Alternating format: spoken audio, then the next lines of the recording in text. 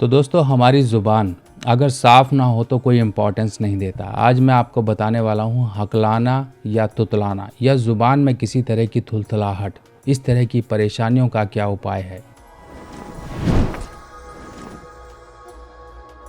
तो एक बात समझिए, अगर आप किसी को बुला रहे हैं या किसी को आप अपनी बात बताना चाहते हैं, अगर आपकी बात में अट्रैक्शन नहीं है, आपकी बात किसी सामने वाले को कन्विंस नहीं कर पाती है, तो आपकी जो काबिलियत है उस पर ही कहीं ना कहीं अंकुश उठने शुरू हो जाते हैं।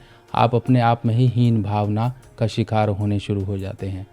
ये ज़ुबान जो है हमें हर जगह मदद करती है। अगर यही ज़ुबान हमारी साथ ना दे तो प्रॉब्लम्स कई तरह से हमारे जीवन में आती हैं। कई बार लोगों के पास एक अच्छी काबिलियत होती है, पर बोलने का जो लहजा होता है, शब्दों को सजाकर सामने एक्सप्रेस करने का एक तरीका होता है, वो कहीं ना कहीं मिसिंग होता है। क्योंकि आप लोगों को देखते होंगे, मार्केट में देखते होंगे, आजकल टीवी सीरियल्स में देखते होंगे, खाना खजाना या कुछ भी इस तरह की चीज़ें हैं। खाना यानी कि खाना तो सभी खाते हैं, पर उसकी प्रेजेंटेशन बहुत ज़रूरी है।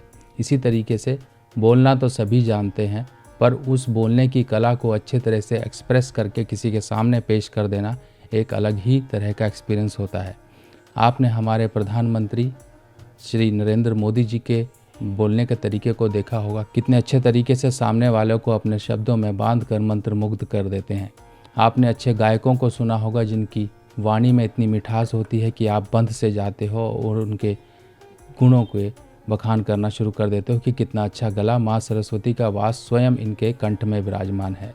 इस तरह से गले की अगर हम बात करें, आपकी ज़ुबान की बात करें, इसकी बहुत अहमियत है। अगर यही आपके जीवन में अच्छी नहीं है तो जीवन एक तरह से आपका हो जाता है कि रेल तो है, पर जो रेल चलने वाली, ट्रेन चलने वाली जो पटरी होती है वो आपके पास नहीं है। यानी कि आपके पास सभी चीज़ें कूट कूट कर भरी हुई हैं, पर ऐसी काबिलियत नहीं है कि आप उस काबिलियत को सामने एक्सप्रेस कर पाएँ या उसको सही मुकाम तक ले जा सकें। आज मैं आपको बताने वाला हूँ कि किस तरह से हम अपने तुतलाने, हकलाने या ज़ुबान की संबंधी जो परेशानियाँ हैं उनसे उपाय पा सकते हैं, निजात पा सकते हैं।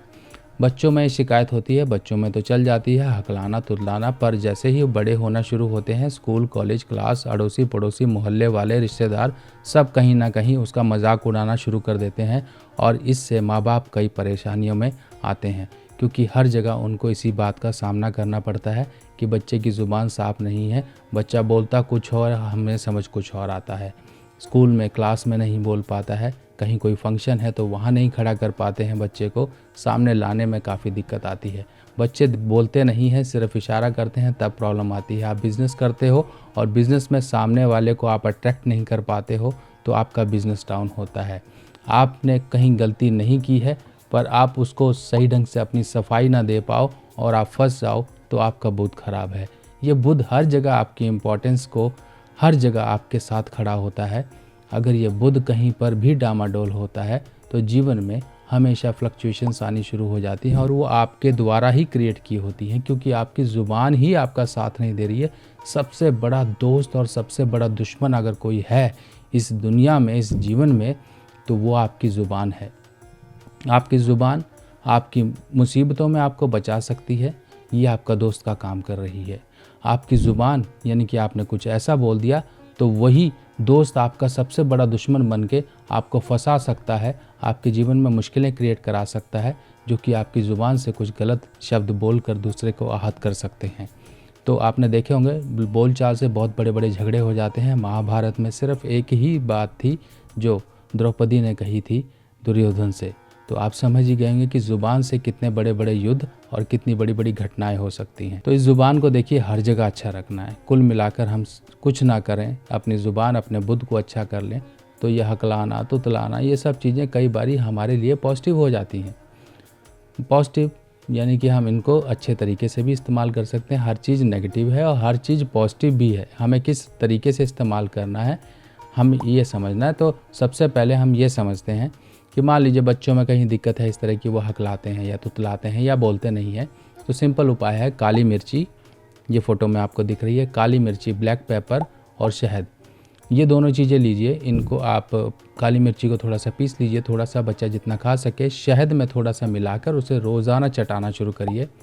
बड़े लोग हैं वो भी इस तरह से आप चाट सकते हैं डेली। थोड़ा थोड़ा अगर मान लीजिए शुगर है तो थोड़ा कम मात्रा में लीजिए, उस हिसाब से लेना शुरू करिए। और बच्चे को एक स्टील का छल्ला छोटी उंगली में पहना के रखिए। कई बार बच्चे नहीं पहन पाते हैं, तो तरीका ये है, ऐसे स्टील के छल्ले को आप गले में लाल धागे में डाल दीजिए। बड़े हैं तो आप एक स्टील का छल्ला ज़रूर पहन के रखिए। बहुत लोगों को फ़ायदा हुआ है। ये मामूली सी कहने की बात होती है कि स्टील का छल्ला, पर इसके असर बहुत ज़बरदस्त हैं।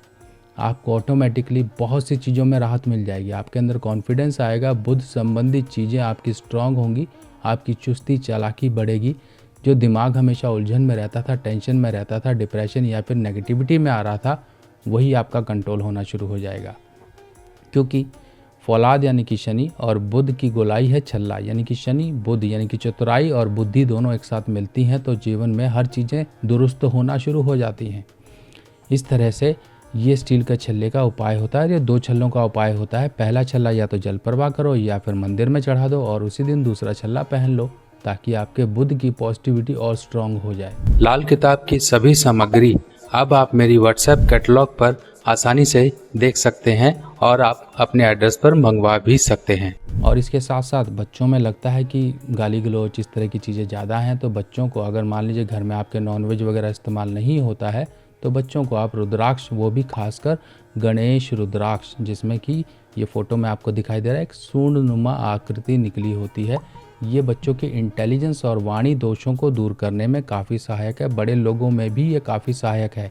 किसी तरह की नर्व्स, नाड़ियाँ, नसों नाड़ियों की समस्या, बिजनेस में ग्रोथ नहीं, इंटेलिजेंस अच्छी नहीं, जो लोग कॉम्पिटिटिव एग्ज़ाम की तैयारी कर रहे हैं, उनके लिए तो गणेश रुद्राक्ष समझ लीजिए वरदान का काम करता है। आप एक एक चीज़ की पॉजिटिविटी और इम्पोर्टेंस को समझ के उन चीज़ों को उपाय तहत आप धारण कर सकते हैं, ताकि आपके बुध के दोष दूर हों। अब ये जो काली मिर्ची और ये शहद वाला उपाय है, यहाँ पर मंगल और केतु, इस तरह से हम सपोर्ट लेते हैं।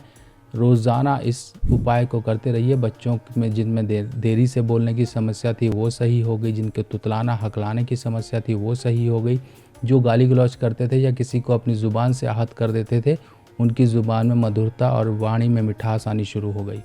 तो ये उपाय काफ़ी पॉजिटिव है।